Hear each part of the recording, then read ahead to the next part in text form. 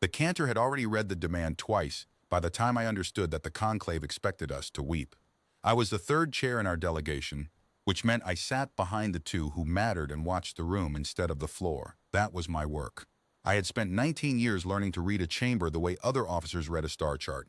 Not the words spoken, but the bodies that spoke them, the small adjustments of weight and breath that told you whether a threat was a threat or a performance. The conclave of 1,000 suns was, that afternoon, performing. I had known it within the first minute, and I had spent every minute since waiting to see whether anyone on our side had caught it too. Earth will recant the third falsehood, the cantor sang, and the word recant came out of him, stretched and golden, a note held until the upper galleries hummed it back. Earth will kneel at the pale step. Earth will speak the apology in the old tongue, before the 100 witnesses, and the apology will be entered into the eternal record, so that no descendant of yours forgets the shape of your error. Around the great bowl of the chamber, 10,000 robed figures inclined their heads as one, a slow tide of pale cloth. The conclave's people were tall and narrow, their skin the gray of wet ash, their faces built around enormous lidless eyes that did not blink so much as dim, like lamps turned low. When they moved together, the sound was textile and vast, a forest leaning in a wind. They had built this chamber to do exactly that, to make a single petitioner feel the weight of 10,000 certainties pressed down from above. The seats rose in rings, ring upon ring, up into a glass crown where the daylight came down white and clean and indifferent. Our delegation was 4. Envoy Maratan at the rail, her deputy a quiet contracts man named Osi, half a step behind her me, and a young linguist named Pell who had not stopped sweating since the doors closed. "Does Earth understand the terms?" the cantor sang. "Or shall they be sung again?" Maratan did not answer at once. She was a broad woman near 60, gray at the temples, dressed in a plain dark coat with no insignia at all, and she had a habit of letting a silence run 2 beats past comfortable before she filled it. I had watched her do it to harder rooms than this one. She let it run now. "They were clear the first time," she said. The cantor seemed pleased. He gestured, and a witness rose from the inner ring, one of the doctrinal officers, marked by a band of deeper gray across the brow, and began to recite the charge proper. I listened with half my attention and gave the rest to the galleries, because that was where the truth of any chamber lives. The principles on the floor are rehearsed. The crowd is not. The charge was old. That much was immediately plain. 40 years old, by their reckoning of years, which ran longer than ours. 4 decades back, in the first season of Contact, a human survey vessel had passed through a band of space the conclave held sacred, the Ember Reach, a corridor of dead stars they regarded the way a people might regard a graveyard, or a cathedral, or both. The vessel had not known. It had charted the dead stars, sampled their dust, named them in a human catalog with human numbers, and moved on. To the conclave, this was the third falsehood. The act of a lesser species writing its own name across a holy thing, declaring by the mere act of measurement that the holy thing was only matter. For 40 years they had waited for an apology. For 40 years none had come, because for 39 of those years, humanity had not understood that one was owed. And now the conclave had gathered the full body, 10,000 strong, the largest convocation in 3 centuries, to compel it. The apology, the witness recited, shall include the surrender of the false catalog, the erasure of the human names, and the acknowledgement, spoken and recorded, that humanity's instruments are blind to the sacred, and that humanity will not again raise them toward the reach. I watched Pell's hands. The linguist had gone the color of paper. He was translating in his head faster than the words came, and what he heard was frightening him, because he understood, as I did, as anyone in that delegation understood, that the last clause was not about a graveyard at all. Humanity will not again raise its instruments toward the reach. The Ember Reach sat directly athwart the only stable transit lane between human space and the outer third of the galaxy. To accept that clause was to accept that humanity would not pass that way again. It was an apology with a border drawn inside it. It was a leash sung in a holy key. This was the moment the room expected something. I felt it gather. 10,000 pairs of dimming eyes turned down toward the rail, and the air took on the particular density of an audience waiting to watch a smaller thing be made to understand its size. Maratan looked up at the cantor, and then I saw it begin at the corner of her mouth before it was anything at all. She smiled. It was not a large smile. It was the smile of someone who has just heard the punchline of a joke told slowly by a person who did not know it was a joke. It moved across her face without hurry, and she made no attempt to hide it, and beside me, Pell made a small strangled sound, because in 40 years of this chamber's life, no petitioner had ever done that. "Forgive me," Maratan said, and her voice was warm, almost kind. "I want to be sure I have it. You've assembled the whole conclave, 10,000 of you. The largest gathering in 300 years. You close the transit lanes to do it. And the matter before this body, the grave and sacred matter, is that one of our survey ships took some readings of some stars that have been dead for 1 billion years. The falsehood is not the readings, the witness said sharply. The falsehood is the claim of dominion implicit in. Right, Maritain said. The implicit claim of dominion over dead stars. And she laughed. It was a short laugh, low, entirely unforced. The laugh of a tired adult at the end of a long day who has finally been handed a thing too absurd to do anything else with. It carried in that acoustic chamber. They had built the room to make every sound from the floor rise to the galleries, and so the laugh of one human woman rose and rose and broke against the glass crown and came back down on 10,000 robed figures who had never in 3 centuries heard such a sound aimed at them. The galleries did not lean in anymore. They went still. The dangerous stillness of a thing that has been touched in a place it did not know was exposed. I wrote 3 words on the pad against my knee in the shorthand only I could read. They felt that. Because they had. I had spent the whole session watching for the place where the Conclave's certainty was load-bearing, and Maritain had just found it without looking, the way you find a loose stair in the dark by stepping wrong. Their power in this room was their gravity, the assumption, total and unexamined, that to stand before 10,000 was to be crushed by 10,000. And a 60-year-old woman in a coat with no insignia had just laughed at the gravity, and the gravity had not crushed her, and now 10,000 of them were quietly recalculating what else they had assumed. The cantor recovered first. He had to. You find the sacred amusing, he sang, and the gold had gone hard in his voice. I find the math amusing, Maritain said. You'll forgive an old woman. When I was young, we had a saying about the size of an army being a measure of how badly someone has miscounted. She let that sit. But you're right, it's not a laughing matter, none of this is. So let's stop singing at each other, and you can tell me the part you've been saving. You didn't gather 10,000 to ask for a footnote in a star catalog. What is it you actually want? And what do you think you're holding that makes you think we'll give it to you? Osi, beside her, had not moved through any of it. The contracts man simply opened the slim folio he carried and laid it flat on the rail, unopened, and rested 2 fingers on the cover and waited. I knew that folio. I had helped assemble what was in it, and I knew, watching the cantor's eyes drop to it and then climb back up too quickly, that he did not know what was in it, and that not knowing had begun, very slightly, to frighten him. The witness with the band across his brow stepped forward to the lip of the inner ring. What we hold, he said, is the interdiction. He said it the way a man lays down a card he has been certain of all night. By the concord of the Pale Steppe, sworn by 91 peoples, no fleet, no freighter, no vessel of any flag may pass the Ember Reach without the blessing of this conclave. 91 peoples enforce it. We do not need to raise a hand against you, envoy. We need only withhold one. Refuse the apology and the Reach closes to earth, forever, and every road beyond it with it. So there it was, the leverage laid on the table at last, the thing they thought they were holding. Maritain looked at it for a moment, the way you look at a gift someone has wrapped very carefully and handed to you with great pride, when you already know what's inside and it is not what they think. 91 peoples, she said, enforcing a road we have to use. She glanced, just once, sideways, not at me but past me, toward the high gallery doors at the rear of the chamber, as if checking a clock only she could see. All right, let's talk about the road. I should say, before I go further, what the chamber looked like from the outside, because it matters to what came after, and because the conclave had built it to be looked at.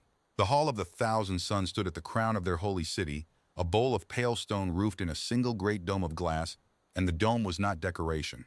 It was doctrine. The conclave held that the sacred could only be judged under the open eye of the heavens, and so they had raised a glass crown over the seat of their highest court and let the daylight pour straight down onto whatever petitioner stood at, the rail. The effect by design was theatrical and merciless. 10,000 judges in cool shadow ringed up into the dark of the tiers, and one supplicant alone in a shaft of hard white sun, lit like a specimen on a slide. Every petitioner who had ever stood where Maritain now stood had stood in that light, sweating, while the room above them stayed dim and vast and patient. What the conclave had not reckoned with, what no one in that chamber but our delegation had reckoned with, was what else the glass crown let you see. Because through it that afternoon, against the brilliant blue of their holy sky, you could see our ships. Not many. We are not a people who arrive in armadas to a court of law. That is a different niche of diplomacy and not ours. There were 9 of them, strung in a slow high line across the daytime sky, kilometers up and kilometers long, gray hulls catching the same sun that poured down onto Maritain's gray head, close enough to be unmistakable, far enough to be unhurried, hanging over the holy city, like a row of patient punctuation marks at the end of a sentence the conclave had not finished writing. They had been there since before the doors opened. We had not announced them, we had not needed to. They flew no threat, they ran no weapons hot. They simply held station in the open sky above the one chamber in the galaxy built with a window in its roof. And every witness who lifted their enormous lidless eyes toward the holy heavens, as their doctrine required them to do, again and again, throughout any sacred proceeding, looked up through the glass crown and saw, framed in their own daylight, 9 reasons to wonder whether the supplicant in the shaft of sun was a supplicant at all. I had watched them notice it all morning, before Maratan ever laughed. A witness would tilt that long gray head back in the ritual posture, eyes dimming toward the heavens, and then the dimming would catch hold and the head would stay tilted a half beat too long. Then it would come down slowly. Then it would tilt up again, to be sure. The conclave had built a chamber to make a petitioner feel small under the open eye of the sky, and on the one day it mattered, the open eye of the sky was full of the petitioner's fleet, and there was no looking away from it, because looking up was the law. They keep checking the dome, Pell had whispered to me early, before he understood why. They built a courtroom you have to pray in, I'd told him. We just made sure there was something to see when they looked up. Watch the inner ring. The ones who've done the math will stop looking up first. It's the ones who keep looking that haven't accepted it yet. By the time the cantor read the demand the second time, half the inner ring had stopped looking up. They had accepted the ships. What they had not yet accepted, what no one in that bowl of stone had yet accepted, was that the ships in the sky were the least of the things humanity had quietly put in place above their road, and that the real weight in the room was not 9 gray hulls, but a maintenance contract 9 years old sitting closed in a contractsman's folio waiting to be read. That was the chamber, a glass crown full of daylight and human ships. 10,000 judges in the shadow above. One woman in the shaft of hard white sun in a plain dark coat with no insignia, entirely unbothered by the size of the room, because she had read the room the same way I had, and she knew that the only person in it who was supposed to feel small was the only person in it who didn't. So when she laughed, and the laugh went up into the glass crown and came back down on 10,000 certainties, it did not fall on a room that held all the cards. It fell on a room that had built itself a window, and forgotten to ask what would one day be standing on the other side of the glass. The conclave thought the leverage was theirs. They were about to learn whose hands were really on the road below their holy sky, and the first of those hands was already opening a folio at the rail. My name is Celavorn, and I was in that chamber because someone in our service had decided 2 years earlier that the conclave was going to do something foolish, and that when they did, it would help to have a person at the rail whose only job was to know exactly how foolish. I am an intelligence officer. I do not negotiate. I do not speak for Earth, and in 19 years I have never once raised my voice in a chamber. My work is the slow, unglamorous accumulation of what is true, set against what a body believes is true, and the measurement of the gap between them. Maratan was the voice, Osi was the law, Pell was the words, I was the gap, and the gap that afternoon was about to become the only thing in the room that mattered. The road, Maratan said again gently, as if testing the witness's patience on purpose. The ember reach. You hold the blessing that lets ships pass it. 91 peoples enforce that blessing. Refuse you, and you close the reach to us, and behind it the outer third of the galaxy. Have I got the shape of it? You have, the witness said. Good. Now I'm going to ask my colleague to read you something, and I'd like you to listen the way you'd like us to listen to you. She did not look at Osi. She did not have to. The contracts man opened the folio at last. He did not read dramatically. That was the thing I remember best, watching the galleries as he spoke. He read in the flat, bored cadence of a man reading a shipping manifest, which is precisely what it was. In the 31st year after first contact, Osi said, the joint carriage authority of 9 human polities entered into freight and escort. Contracts with 41 independent shipping guilds operating in and around the Ember Reach. The contracts covered hull leasing, drive maintenance, navigational beacon servicing, and crew provisioning. They were unremarkable. They were renewed annually. They are renewed still. He turned a page. Among the 41 guilds, Osi went on, are the Carriage House of Temir, the Brel Freight Combine, the Sunless Pilots Fraternity, and the Ash Lane Beacon Cooperative. A small sound moved through the inner ring at the third name. Osi did not pause for it. The Ash Lane Beacon Cooperative maintains every navigational beacon along the Ember Reach Transit Corridor, all 406 of them. It has done so under contract to the Joint Carriage Authority for the past 9 years. The blessing of this conclave is sung from the Pale Step. But the beacons that let a ship survive the reach, that tell it where the dead star's gravity will tear it apart, that mark the one safe lane through a billion years of debris, Those are not sung. Those are serviced by us, under contract, for 9 years. The canter had stopped moving. High above, the white daylight came down through the glass crown and pooled on the marble of the floor, and in that pool, Mara Tan stood with her hands folded, perfectly at ease, while a man in a gray coat read a freight ledger to 1,000 sons. "I don't understand," the witness said, and for the first time the gold was entirely gone from any voice in that chamber. "The cooperative is sworn to the Concord. It enforces the interdiction." "It does," O.C. agreed. "It enforces it beautifully. No ship passes the reach without the blessing, because no ship passes the reach without the beacons, and the beacons are dark to anyone the cooperative does not light them for. You built your interdiction on the cooperative's loyalty to your Concord." He turned the last page. "We bought the cooperative's loyalty to its maintenance schedule 9 years ago, at market rate. It was, I'm told, the dullest acquisition our trade office concluded that quarter. No one thought it was strategic. It was simply cheaper to own the beacons than to keep leasing time on them.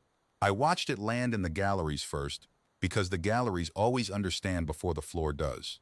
The floor has rehearsed its certainty and will defend it past the point of sense. The galleries have only their own quiet arithmetic, and their arithmetic was finishing now, ring by ring, a cold understanding climbing the bowl of the chamber like water filling a vessel from the bottom. They had assembled 10,000 to close a road to Earth, and somewhere in the 31st year, while no one was watching, Earth had quietly become the road. "This is a trick of contracts," the witness said, but he said it to the folio, not to O.C. "The Concord supersedes." "The Concord blesses passage," O.C. said. "It does not generate light. Faith does not keep a beacon's reactor inside tolerance. We do that. We have done it for 9 years, every cycle, on schedule, without complaint, while you debated whether we owed you an apology for naming some stars."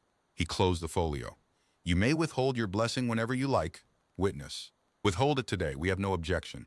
But understand what you'll be withholding it from. A corridor that we keep lit, for 91 peoples, every one of whom needs it more than you need our contrition.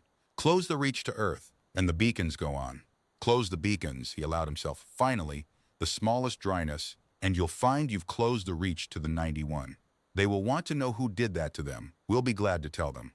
For a moment, no one in the conclave of 1,000 sons sang anything at all.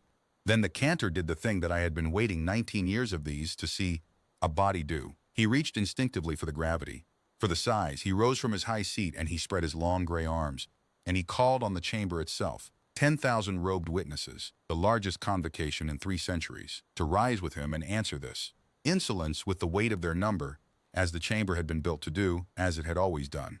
About 400 of them rose. The rest stayed seated. I had been counting. It is the habit of my whole life, counting a room, and I counted that one as it failed to obey. 400 on their feet, robes catching the daylight, arms half lifted in the old gesture, and 9,600 sitting still, eyes dim, doing the arithmetic O.C. had handed them and arriving, ring by ring, at the same total. That the woman at the rail was not the small thing they had gathered to crush, that the leverage they had sworn 91 peoples to enforce had been quietly sold out from under the altar 9 years before, and that the only people in this chamber who did not yet understand the shape of the afternoon were the 400 still standing. Mara Tan watched the cantor's chamber refuse him. She did not gloat. She simply waited, the way she had waited at the start. 2 beats passed comfortable, until the 400, feeling the silence of the 9,600 behind them, began one by one to sit back down. "You should sit too," she told the cantor, not unkindly. "This is going to take a while, and we have a great deal still to discuss. I want to be precise about what the beacons meant, because the chamber was not, and watching 10,000 minds arrive at the precision one at a time was the closest thing to a slow avalanche I have ever observed indoors. The conclave had spent 200 years believing it controlled the ember reach through faith. The blessing sung from the pale step was, in their understanding, the thing that made passage possible, not symbolically but really the way a key makes a door possible. A ship that carried the blessing crossed the reach safely. A ship without it did not. Generations of witnesses had watched blessed ships cross and unblessed ships turn back, and had drawn the only conclusion their doctrine allowed. The blessing kept the road open. The holiness was the engine. What O.C.'s dull ledger had just told them was that the holiness had been riding on the engine, not driving it, for 9 years and quite possibly far longer. The blessed ships crossed safely because the blessed ships were the ships the cooperative chose to light a path for. The unblessed ships turned back because the beacons stayed dark for them. The correlation the conclave had read as causation for 2 centuries had been, all along, an administrative decision made in a maintenance office, And for the last 9 years, that office had answered to a human contract. I watched a doctrinal officer in the third ring work this out in real time. He was an older witness, deep gray, the band mark of long service across his brow, and he had spent the whole proceeding with the serene stillness of a man certain of his ground. I saw the moment the ground moved, his head came up, his dim eyes brightened, not in alarm at first, but in the particular light of a scholar who has just seen a proof he cannot unsee. Then the brightness curdled, because the proof's conclusion was that his entire life's understanding of the sacred road had been a confusion of the lamp for the light. He looked down at his own hands. Then he looked at the data stone O.C. had not yet laid down, the second folio, still closed on the rail, and I understood that he had already guessed there was more and was afraid of it. "You'll want to check this," O.C. said into the chamber. Mild as a clerk, because I'd check it, in your place. I'd send for the cooperative service logs. I'd compare the dates the beacons came online against the dates of your blessings. I'd find that for the last 9 years, the lights came up on our maintenance schedule, and the blessings were sung afterward, to ships already safely across. The Conclave has been blessing the road behind us. We'd already lit it.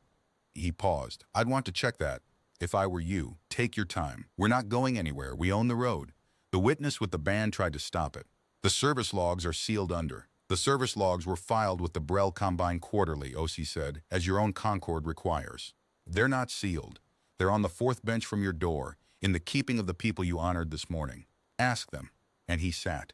That was the avalanche. Not a roar. A body this old does not roar, but a long, low, settling movement through 10,000 robed figures as the realization went around that the question O.C. had just handed them could be checked easily by their own enforcers in this room today, and that the only reason to refuse to check it was fear of the answer. A certainty you refuse to test is not a certainty anymore. It is a hope. And the Conclave of 1,000 Suns had just been shown, in front of the 91, that its oldest certainty had quietly become a hope it was now afraid to verify. Maritain let it settle.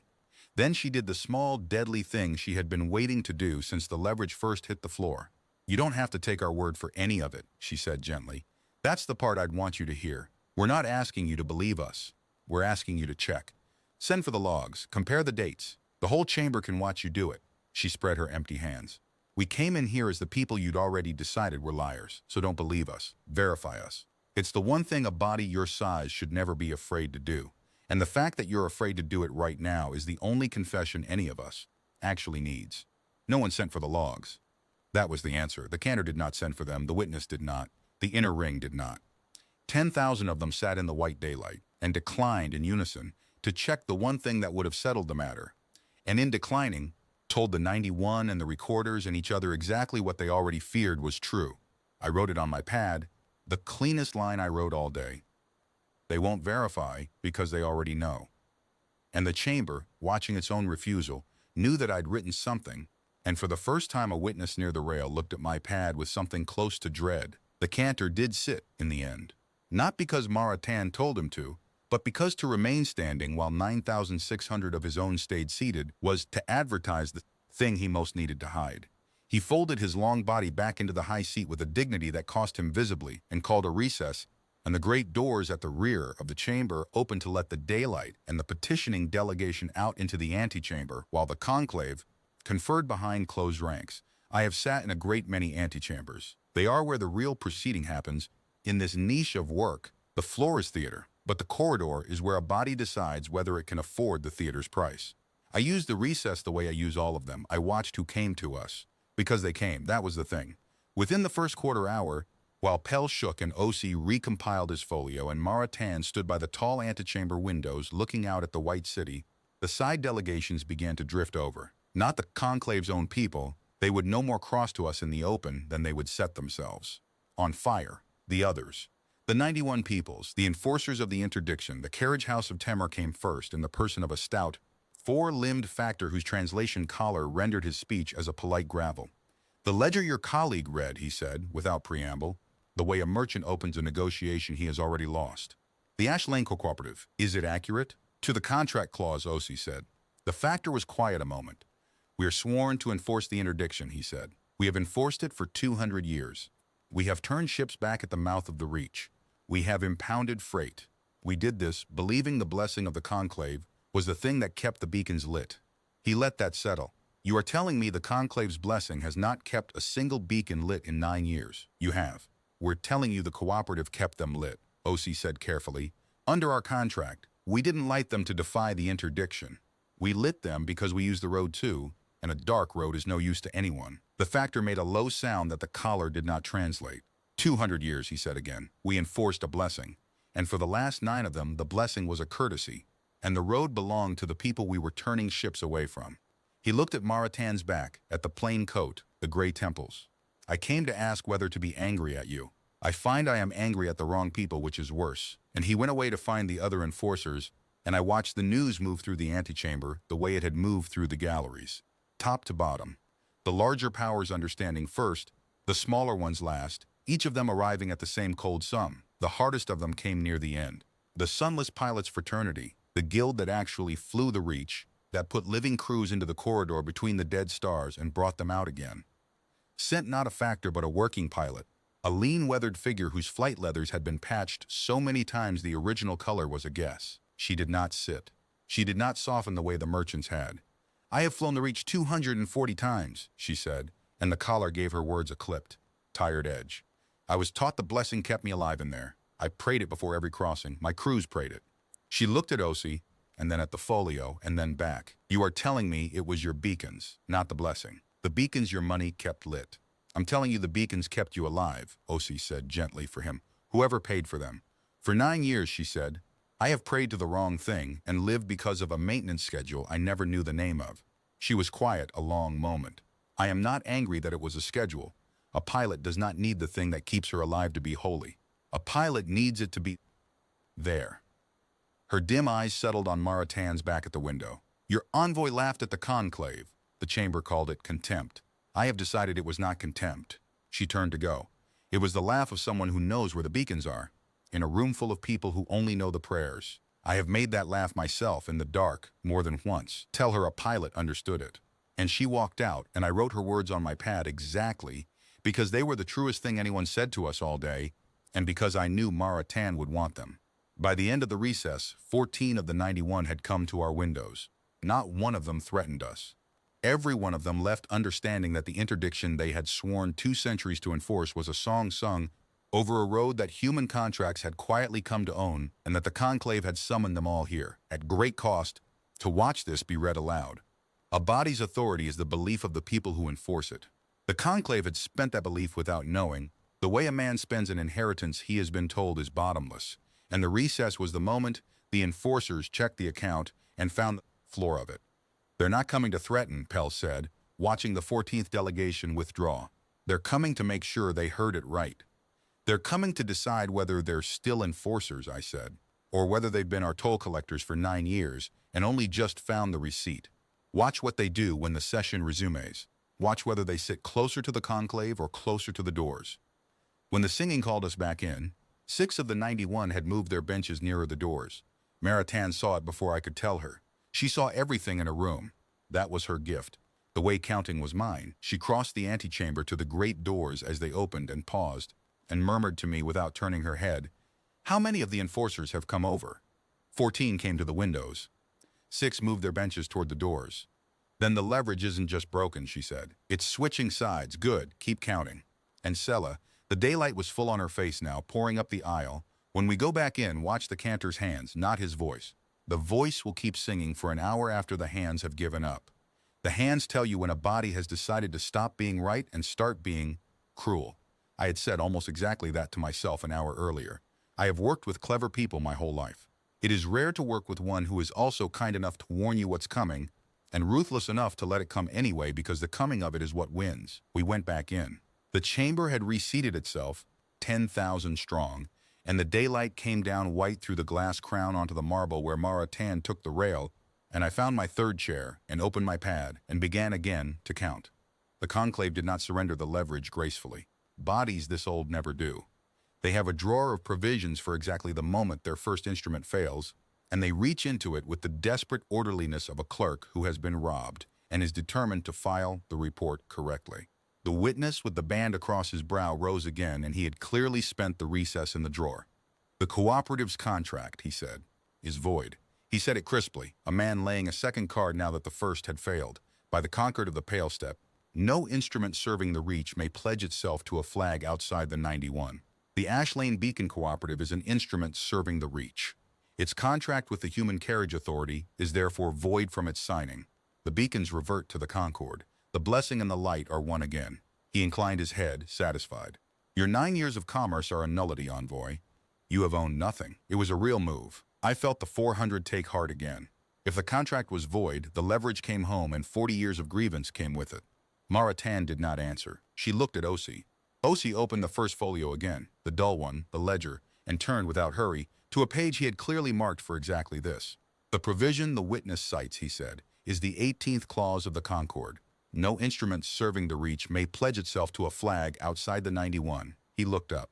The Ash Lane Cooperative did not pledge itself to a flag. It pledged itself to a maintenance schedule, held by a holding company chartered in the Brell Freight Combine, which is itself one of your 91. The contract runs human money through a Brell shell to a cooperative that flies no flag at all. We read your 18th clause 9 years ago, witness. We structured the acquisition around it. The cooperative is pledged to the Brell. The Brell are pledged to your Concord. The money is ours. The flag is yours. The light is the cooperative's. Every link is legal under your own law, and we built it that way on purpose because we assumed, correctly, that someday someone in this chamber would reach for the 18th clause, and we wanted the clause to be the thing that proved we owned the road, not the thing that took it back. He let the folio fall shut. You may void the contract, he said. You'll find you're voiding a Brell instrument, and the Brell are sitting. He did not look, but I did. And so did Maratan, fourth bench from the door. Move them there yourselves this morning, to honor them. Void their instrument, and you tell 91 peoples that the Concord can erase a member's lawful charter whenever the conclave is embarrassed. I would not do that today, with the road already in question, but it's your Concord. Void what you like. The Brell delegation, fourth bench from the door, did a thing I had been waiting for a body to do all day. They conferred among themselves, openly, in front of the conclave, which is the diplomatic equivalent of a sworn enforcer checking whether his oath still binds. The witness saw it. The cantor saw it. And the second card went back into the drawer unplayed, because to play it was to lose the Brell, and to lose the Brell in front of the other 90 was to watch the Concord come apart at the seams in a single afternoon. The witness tried once more, and this attempt I remember because it was the only moment all day the conclave came near to something true. Then the reach itself, he said, and there was a new note in him, lower, almost pleading beneath the doctrine. Set aside the beacons. Set aside the contracts. The reach is sacred ground regardless of who lights its lamps. A road may be owned by a debtor and remain in its soul the property of those who consecrated it. You hold the keys, we hold the meaning. The meaning is older. It is older, Osi agreed, and for the first time he did not reach for the folio. He let it lie. We don't dispute the meaning, witness, we never did. We dispute the leash you tied to the meaning, the clause that says, because the reach is sacred to you, no human hull may ever cross it again. That clause isn't meaning. That clause is a border, and you drew it through the only road we have to half the galaxy, and you called the border holy so we wouldn't notice it was a wall. He paused. Keep the meaning, we'll keep it with you if you let us. But the wall comes down, because the wall was never sacred. It was only ever convenient, and you forgot the difference, the way bodies your size always do. I watched that land, and it landed differently than the ledger had. The ledger had frightened them. This shamed them, which is worse and slower and more permanent, because the witness had reached, at last, for the one part of his case that was genuinely true, the sacredness of the reach, and a human contracts man had agreed with him, and then shown him that he had wrapped a leash in the truth and dared anyone to pull on it. There is no clause in any Concord that survives being shown to a body as a leash wearing the robe of a god. I saw 3 witnesses in the inner ring look away from the rail and down at their own folded hands, and I knew, watching them, that they had read that clause 1,000 times in their lives and never once until this moment seen the wall inside it. The witness did not answer. He could not. A man who has reached for his last true thing and had it handed back to him with the lie unpicked from it has nowhere left to stand. He returned to the lip of the inner ring, and he reached instead for the merely procedural, the sanctions, the seizures, the emergency of grief, the drawer's bottom, where the instruments are technical and bloodless and easy to break. I wrote on my pad, second instrument failed. They're down to the drawer's bottom. They reached the bottom quickly after that. A body that has lost its first 2 instruments loses the rest faster, because each failure teaches the galleries to expect the next. The witness invoked a sanction provision. Osi read the clause that exempted active maintenance contracts from sanction. a clause the Conclave itself had written 2 centuries ago to protect the very beacons now at issue. The witness invoked the Conclave's right to seize instruments in time of grief. Maritain asked mildly whether 40 years of unspoken grief counted as a present emergency, and whether the Conclave wished to argue before the 91 that it could seize lawful property whenever it declared itself sad. Each provision came up out of the drawer, and each one, examined in the white daylight, turned out to have a human hand already resting on it, placed there years before by people who had read the Concord more carefully than the Conclave had read it in a century. I have thought a great deal since about why we won that chamber, and it was not the laugh, and it was not even the beacons, it was the years. It was that somewhere in a dull trade office, 9 years before anyone in that chamber dreamed of this convocation, people whose names I will never know had read the Concord of the Pale Step end to end, not because they expected this day, but because reading the fine print is simply what we do, and had quietly arranged things so that every clause the Conclave might someday reach for would close on a human hand already there. The Conclave gathered 10,000 certainties. We had answered them, clause by clause, years before they were spoken, with the most human weapon there is. Somebody had done the homework. By the time the witness fell silent, the drawer was empty, and 10,000 robed figures had watched it empty, one provision at a time, and the chamber had the particular quiet of a body that has just discovered its armory was looted before the war began. That was the moment the cantor reached, as Maritain had said he would, past being right. That was the moment he changed the charge to grief. The cantor did not sit. A creature like that cannot, in front of 10,000 of his own, simply fold and sit. So he did the next thing, which I had also seen bodies do when the gravity fails them. He changed the charge. This is not the matter, he sang. And he found some of the gold again, though it cost him. You speak of beacons and ledgers. We speak of the falsehood. You corrupt one of our cooperatives with coin. This only confirms the lesser nature this conclave gathered to address. A people who answers the sacred with a maintenance contract has proven the charge against it. The reach is not a road. The reach is a grief. You measured a grief and put a number on it, and now you boast of owning the lamps around its grave.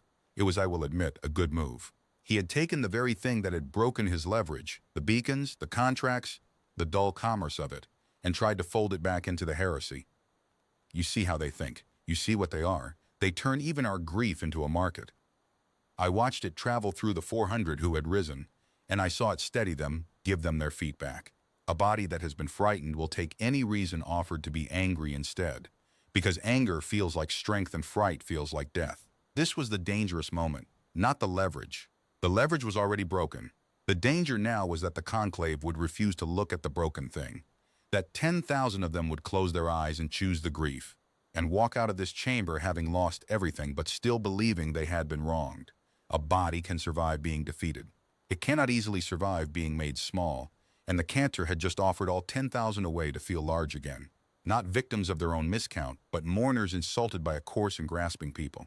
I wrote 2 words on my pad. He's winning.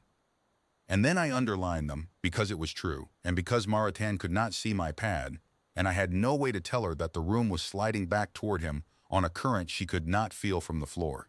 But Maritain had not spent 40 years at rails like this one to miss a current. You're right, she said. The chamber stopped. You're right that I shouldn't boast of the lamps. That was poorly done, and I'll own it. The contracts are a small, ugly thing, and I'd be ashamed to think they were our answer to your grief. She unfolded her hands. They aren't. They were our answer to your leverage, which is a different thing. And now that your leverage is on the floor, we can leave it there and talk about the grief, if you'll let me. Because I think you've misjudged us about the grief, too. And I think you've done it for 40 years, and I think it's cost you more than you know. She did something then that no one expected, least of all me. She turned away from the cantor. She turned to face the galleries, the 9,600 who had stayed seated, the ones already doing the arithmetic. And she spoke to them, not to him. 40 years ago, a ship of ours passed through your reach and wrote numbers on your dead stars. You've called that a falsehood ever since.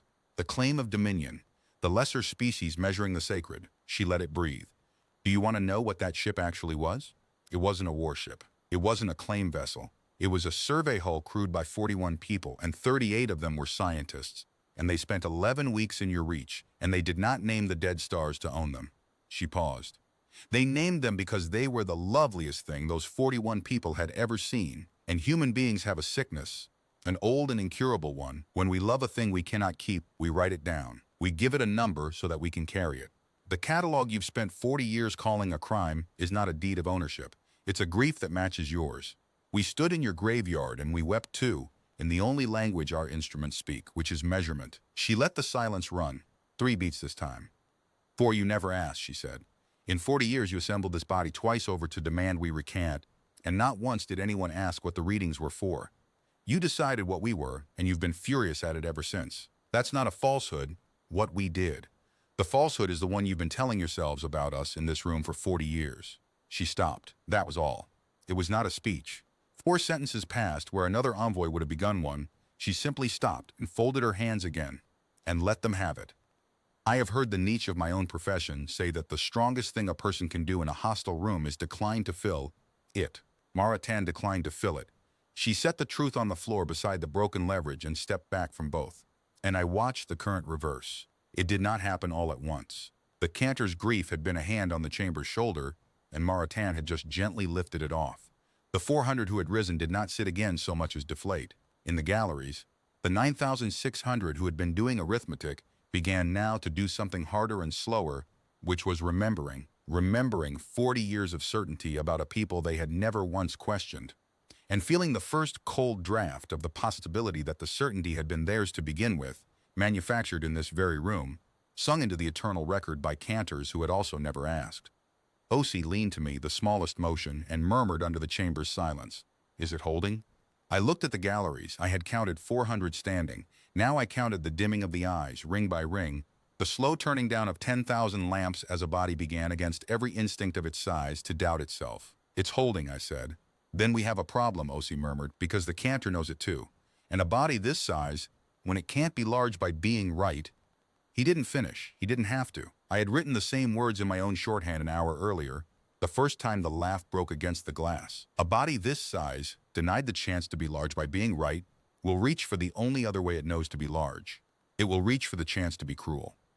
There was a thing Maritain had not said, in the grief, that I had carried into the chamber and very nearly broke protocol to give her, and I am glad now that I didn't, because she found her own way to it, and her way was better than mine. In the second folio, beneath the survey logs, our people had placed a recording. The survey crew of 40 years past had not only measured the dead stars of the Ember Reach, they had listened to them.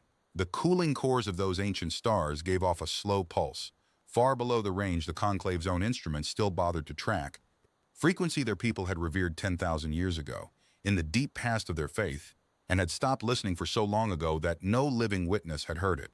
Our crew, knowing none of this, had simply recorded it because it was strange and beautiful, the way we record anything we love and cannot keep. It had sat in our archives for 40 years, catalogued under a human number, unremarkable to us, waiting. It was not unremarkable to them. I knew that, and Osi knew it. And so when the grief turned and the chamber began to bow, Maritain did not reach for the recording, even though it was the most devastating single thing in either folio. She let the silence do its work first. She let the recorder bow and the younger witness ask his 4 words, and the southern tears go quiet. And only when the room had begun to grieve on its own did she gesture, very slightly, and Osi touched the second folio and let the chamber hear, for 9 seconds, the sound of its own dead stars. I will not try to describe the sound. I am an intelligence officer. Describing beauty is not my office, and I would do it badly. I will only tell you what it did to the room. The conclave of 1,000 suns went absolutely silent in a way that even their grief had not made them. The constant low textile rustle of 10,000 robes, the forest leaning in a wind that had underlain every moment of the proceeding, stopped. 10,000 bodies held still at once. And then, from somewhere high in the western tiers, a single voice took up the sound, not loudly. An old witness, very high up, began to hum the pulse back, the way the galleries had hummed the cantor's demand back at the start. Except this was not rote, and it was not rehearsed, and it cracked in the middle as the voice that made it failed and recovered and went on. Then another voice joined it. Then a ring of them. The sound their stars had made 10,000 years ago, before their faith was old, hummed back into the glass crown by the descendants of the people who had stopped listening for it, carried to them, after 40 years and across a 40-year insult, by the very catalog they had assembled twice to call a crime. They named our dead. The old witness in the western tier said, when the humming faded and his voice in the silence was not the gold of the cantor's song, but something rawer, older. We called it a falsehood. The naming. He looked down, the long way down, to the rail, to the data stone, to the gray-haired woman in the coat with no insignia. They named our dead, and they kept the song of them, and they brought it home to us. And we gathered 10,000 to make them sorry for it. That was the moment the conclave stopped being a court and became a congregation, and the difference is the whole of what happened in that hall. A court can be argued with, leveraged, outmaneuvered, beaten on the clauses. We had done all of that, and it had broken the leverage but not the body. A congregation cannot be beaten because it is not trying to win. It is trying to understand what it is and what it owes and what it has done. And a congregation that has just been handed back its own grief, intact by the people it wronged, does not surrender. It converts. Maritain understood this better than I did, and far better than the cantor did. She had not been trying to win the court. She had been waiting all afternoon through the laugh and the leverage and the ledger and the clauses for the exact moment the court would forget it was a court. And then she had let it hear its stars, and the court had become a congregation. And a congregation has no use for an apology compelled at the pale step. It has use only for the truth, and the truth was lying closed on the rail in a folio 40 years late, ours to give and theirs to receive and free.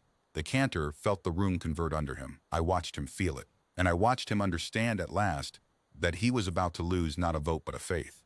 That 10,000 of his own were about to decide in front of him that the people he had taught them to hate had loved their dead stars more carefully than the conclave itself had, and that there is no instrument, in any drawer, in any chamber, in any niche of power, that can stop a body from converting once it has heard the thing it forgot it believed.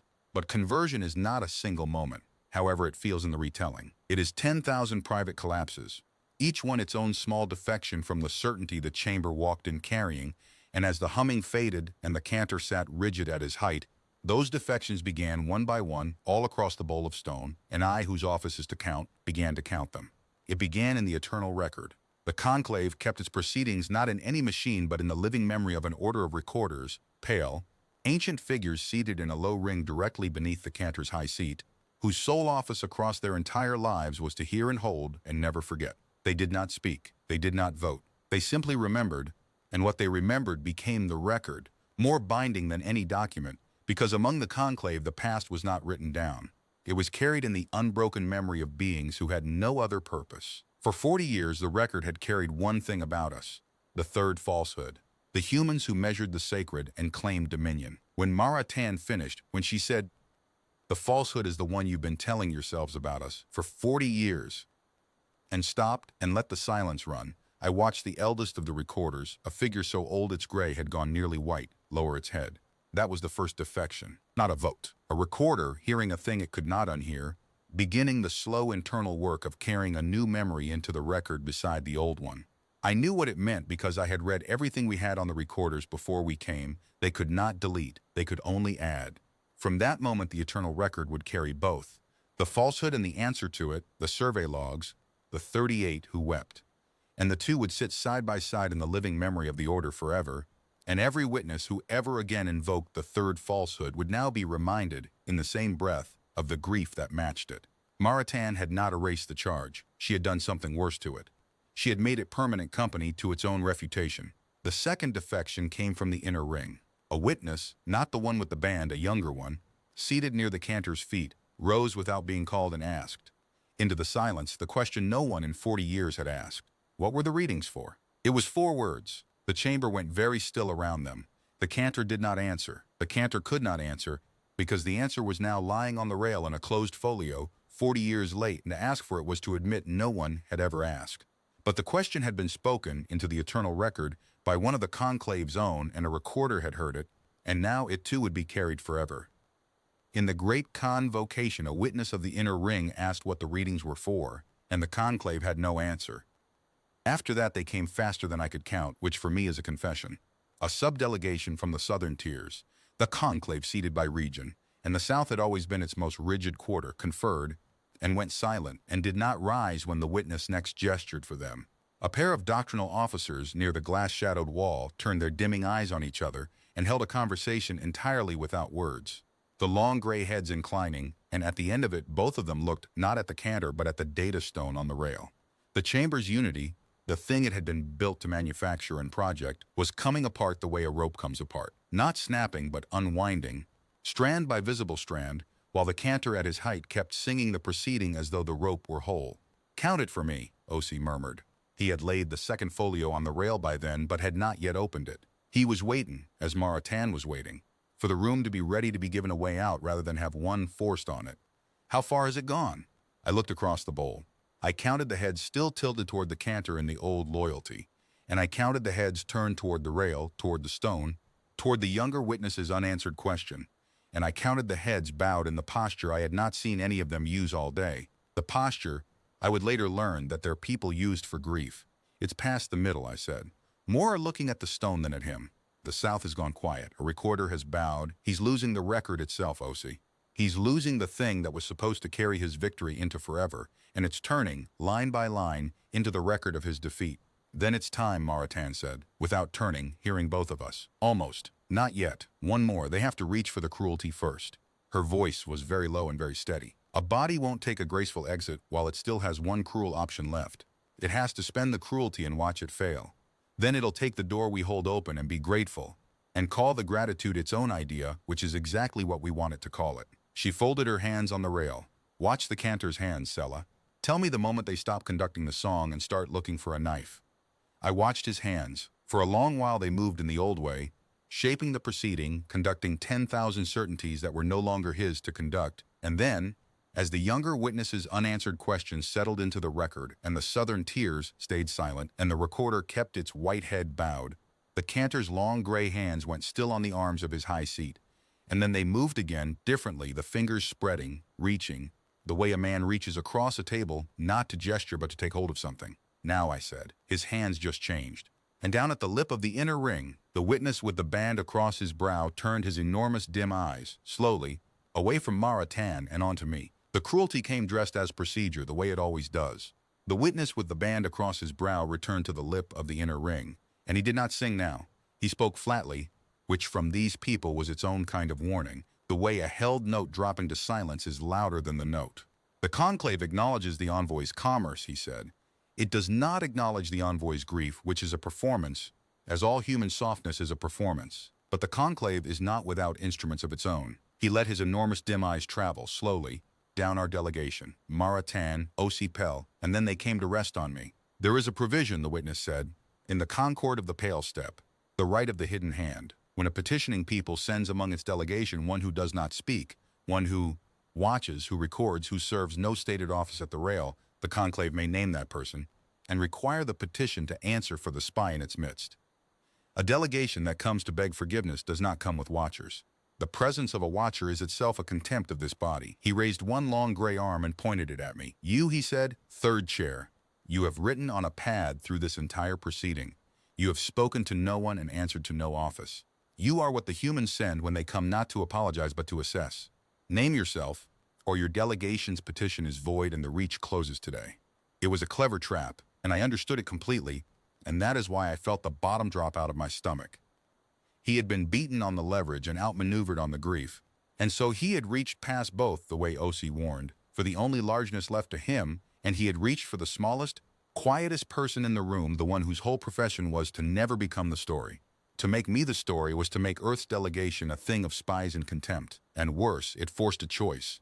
If I stood and named myself an intelligence officer, the cantor had his proof that we'd come in bad faith. If I refused, the petition was void by their own law, and the reach closed, and 40 years of the quiet acquisition O.C. had read out would not matter, because the chamber would have its excuse. I felt Maritain begin to turn toward me, to intervene, to spend herself shielding me, and I knew, with the cold clarity of 19 years, that if she did, the cantor won.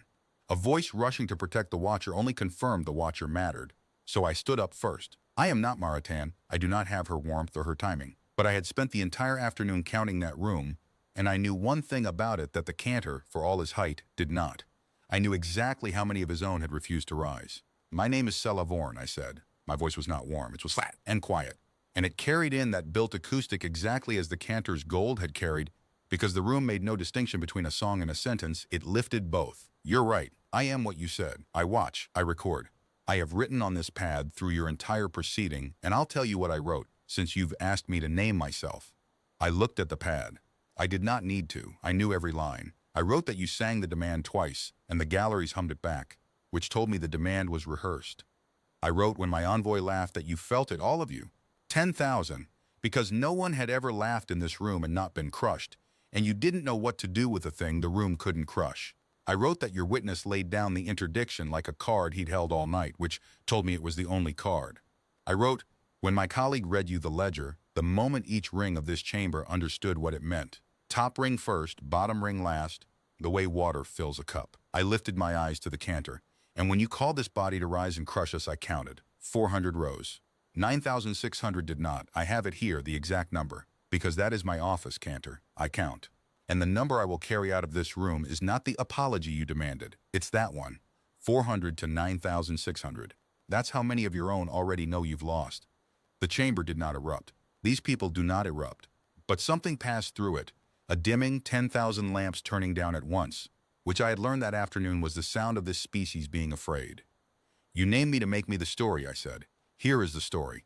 A spy stood up in the conclave of 1,000 suns and read you your own room, and not one figure on these 10,000 seats could tell her she'd counted wrong. I sat back down. I serve no office at this rail. You're correct. I serve the count, and the count is finished. For a long moment the cantor stared down at me, and I let him, and I did not look away, because that too is my office, to be the one thing in the room that does not flinch from the arithmetic.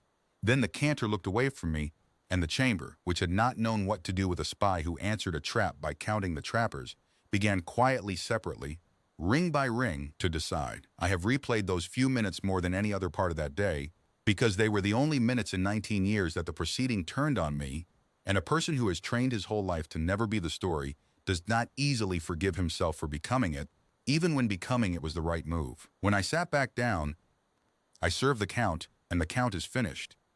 The chamber did not know what to do with me. That was the thing. The cantor had named me to make our delegation a thing of spies and contempt, to give the 400 their righteous anger back. And instead the spy had stood up and read the room its own arithmetic in a flat, quiet voice that the built acoustic had carried to every ring, and now 10,000 witnesses were holding in their minds a number they could not put down. 400 to 9,600. The cantor had wanted me to confess to watching. I had confessed to watching, and then told them exactly what I'd seen, and what I'd seen was them. The witness with the band tried to recover the trap. A confessed spy, he said, by her own mouth. By her own mouth came a voice from the inner ring, told us our own count, and not one of us has risen to say it was wrong. It was the younger witness, the one who had asked, into the silence an hour before, what the readings were for. He was on his feet now, near the cantor's own seat, and he was not looking at us. He was looking at the band-marked witness, and at the cantor above him, and his enormous dim eyes had brightened in the scholar's light I had seen come over the doctrinal officer in the third ring, the light of a mind that has finished a proof and will not now pretend it didn't. You named the human watcher to shame us, the young witness said. She answered by counting us, and the count was true. I sat through it. I rose at the start with the 400, and I have not risen since, and I will tell this chamber why. He turned slowly to take in the whole bowl of the room. Because somewhere in the first hour I stopped being able to find the lie, I have looked for it. I am a witness of the inner ring. Finding the lie in a petitioner is my office, as counting is hers. I have looked at the ledger and the clause and the dates they will not let us check in the song of our own dead stars, and I cannot find the lie. And a body that gathers 10,000 to crush a liar it cannot find is not crushing a liar. It is crushing the mirror. The cantor sang over him, tried to, but the gold would not come. And a cantor without the gold is only a tall gray figure speaking loudly in a room that has stopped listening. The young witness sat. He had not defected to us. He had defected to the count, which is a colder and more permanent thing, and I saw 3 more rise in the southern tiers to stand briefly with him before sitting again, the way the first cracks in ice are always followed by the ones that run from them. This is the part the niche of my profession rarely gets to see, not the breaking of a body's leverage, which is mechanical, but the breaking of its permission. A body the size of the conclave runs on permission, the unspoken agreement of 10,000 members that the thing they are doing together is right, and large and theirs. The leverage had broken at the rail with the ledger. The grief had turned in the galleries with the stars. But the permission did not break until a spy stood up and counted the room, and a witness of the inner ring stood up and said he could not find the lie, and the chamber understood, all at once and in front of itself, that it no longer agreed with what it had gathered to do. I watched the permission go. It is not dramatic. It is the opposite of dramatic. 10,000 robed figures simply stopped projecting the single unified weight they had projected since the doors closed, and the chamber that had been one vast pressing certainty became, in the space of a few breaths, what it had secretly been for the last hour. 10,000 separate beings, each doing their own arithmetic, each arriving alone at the same private total, no longer pretending to each other that the total was anything but what it was. Maritain, at the rail, felt the permission go the way she felt everything in a room. She did not move to seize it. She had taught me in the antechamber that the worst thing you can do to a body that has just lost its permission is to be seen taking it from them, that a humiliated body will rebuild its certainty out of spite faster than out of conviction, and that the only safe way through is to leave it something to keep. So she waited. 2 beats passed comfortable. 3, she let the cantor sit in the ruin of his own convocation, let the young witness's words settle into the eternal record where the recorders would carry them forever, let the 400 feel the 9,600 at their backs. And only when the silence had gone all the way to the bottom of the bowl did she lean to me, under it, and murmured the thing I have kept with me since. Now he has nothing left to be large with, she said, except the apology. And the apology was always going to be his. He just doesn't know yet that we're the ones who are going to let him give it. She straightened. Count one more thing for me, Sella. How many are still looking at the cantor for what to do? And how many are looking at the stone on the rail? I counted. It did not take long. The room had made itself easy to count by ceasing to pretend. A few hundred still looked to him, I said. Rest are looking at the stone. Then they've already chosen, she said. They just need to be allowed to call it their own idea. And she rose, to give them the way to do exactly that. But first, the band-marked witness, with the last of the conclave's failing nerve, reached for the oldest instrument of all and called the vote. It was a desperate move, the vote, and I think the band-marked witness knew it, but a body that has lost every instrument will sometimes reach for the oldest one of all, the show of hands, because the show of hands is how the conclave had always converted its size into law. 10,000 certainties, raised together, became a verdict. That was the engine of the place. He called it on the original demand, the apology, the kneeling at the pale step, the surrender of the catalog, the clause that closed the reach to earth forever, and he called it in the old way, full-voiced, summoning the chamber to raise its hands as one and crush the supplicant under the weight of the count. All who hold earth to the third falsehood, he sang, and bind it to the apology and the reach, rise and be counted. This was the moment I had been built across 19 years to witness. I set my pen against the pad and I counted the chamber as it voted, ring by ring, the way I had counted it rise to be crushed, and counted the heads turned toward the stone. And I will tell you the number, because it is the number I carried out of that hall, and the number that is now by the recorder's own office, in the eternal record forever. 411 rose, out of 10,000. The same 400 who had risen at the start to crush us, give or take a handful who had found their feet again on the cantor's grief, and 11 more who could not bear to break with him in the open. 411 hands raised in a hall, built to raise 10,000. And 9,589 that stayed down, in front of each other, in front of the 91, in front of the recorders, who would carry the count into forever. The cantor looked at his 411, lit in the shaft of daylight through the glass crown, and for the first time all day, he did not reach for the gravity, because there was no gravity left to reach for. You cannot crush a supplicant with 411 hands when 10,000 are watching the other 9,000 stay seated. The size that had been the chamber's whole authority had just been counted in the open and found to be 4% of itself, and then the 91 moved. The factor of the carriage house of Tamir rose, not in the conclave's vote, which was not his to cast, but to his feet deliberately, a stout four-limbed figure standing in the bench he had moved toward the doors during the recess. He did not sing. He spoke, and his collar's polite gravel filled the silence the failed vote had left. The carriage house of Temer is sworn to enforce the interdiction, he said. It will continue to enforce it. We will turn back any vessel that passes the reach without the blessing of this conclave. He let that hang, and the 411 took heart from it, briefly, foolishly. But the carriage house has heard the ledger, and the carriage house has done its arithmetic, and the carriage house will enforce the interdiction only so long as the beacons remain lit. We are enforcers of a road, not mourners of a graveyard.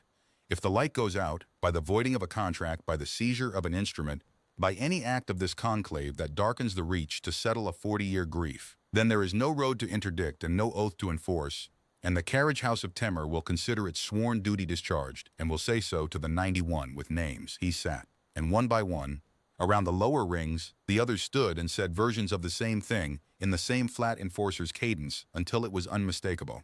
The 91 had not switched sides to humanity. They had switched sides to the road. They had realized in the space of one afternoon that their 200-year oath bound them not to the conclave's holiness, but to a corridor of lit beacons, and that the beacons were lit by us, and that the Conclave was now the only party in the chamber proposing to put them out. The enforcers of the interdiction had quietly become the guarantors of the contract that broke it. The cantor sat at his height above a failed vote, a defected record, a quiet South, a bowed recorder, and 91 sworn enforcers who had just told him with names that they would not let him darken the road to win his grief. He had gathered the largest convocation in 3 centuries to compel one apology, and he had, in a single afternoon, converted every source of his power into a witness against him. That was when Maritain rose to the rail one last time. Not to crush him, she had 100 ways to crush him now, and she used none of them. She rose instead to give a defeated body the one thing it could not take for itself and could not survive without. A way to stand back up that did not require it to first admit out loud in front of the 91 exactly how far it had fallen. "You came here to make us kneel," Maritain said. "I want to be honest with you about why we came, because you've earned that much, and because Officer Vorn just told you the truth, and it would be poor manners to follow it with anything less." She set both hands flat on the rail. "We came because 40 years ago you were wronged, and we let you go on believing the wrong thing about us, and that was a failure on our part. Not the catalog, the silence after it. We had the answer to your grief for 40 years. The survey logs, the names of the 38 who wept in your reach, the recordings they made of the dead stars singing in frequencies your own people stopped, listening for 10,000 years ago. We had all of it, and we never sent it because we assumed you'd decided about us, and we were too proud to argue with a verdict. That's the falsehood I'll recant today gladly in any tongue you like. Ours, not yours." O.C. stepped forward and laid a second folio on the rail beside the first. He opened it. It was not a ledger this time. It was a single object, dark and slim, a data stone of human make. "The Ember Reach survey," Maritain said. 40 years of it. Every reading you called a falsehood, and everything those readings found that your cantors never thought to ask about. Your dead stars are not dead, Cantor. They are cooling, which is a slower and far longer thing, and 3 of them are doing something at their cores that our people have never seen, and yours stopped, watching for before your written history began. We did not measure your graveyard to own it. We measured it and found that it is still, very faintly, alive. We've known for 40 years. We were too proud to tell you. Take it. It's yours. It was always yours. We were only ever the ones who happened to be looking." She closed the folio over the stone and slid it across the rail and stepped back. "I have replayed what happened next more times than I can count, and I still cannot tell you the exact moment the Conclave of 1,000 Suns broke, because it did not break the way a wall breaks. It broke the way a held breath breaks. Somewhere in the high galleries a single witness stood, not to crush us, not at the cantor's call, but on his own slowly, an old figure in deep gray, and inclined his head toward the rail, toward the stone, toward the news 40 years late that the thing they had spent 4 decades grieving was not entirely gone. Then another stood, then a ring of them, then more, not 400, thousands, and not in the old gesture of crushing weight, arms spread to press a petitioner down. They stood the way a congregation stands when it is told the dead are not as dead as it feared, heads bowed, hands open, the long gray bodies trembling in that textile and vast way I'd heard at the start, except that now the forest was not leaning to crush. It was leaning to listen.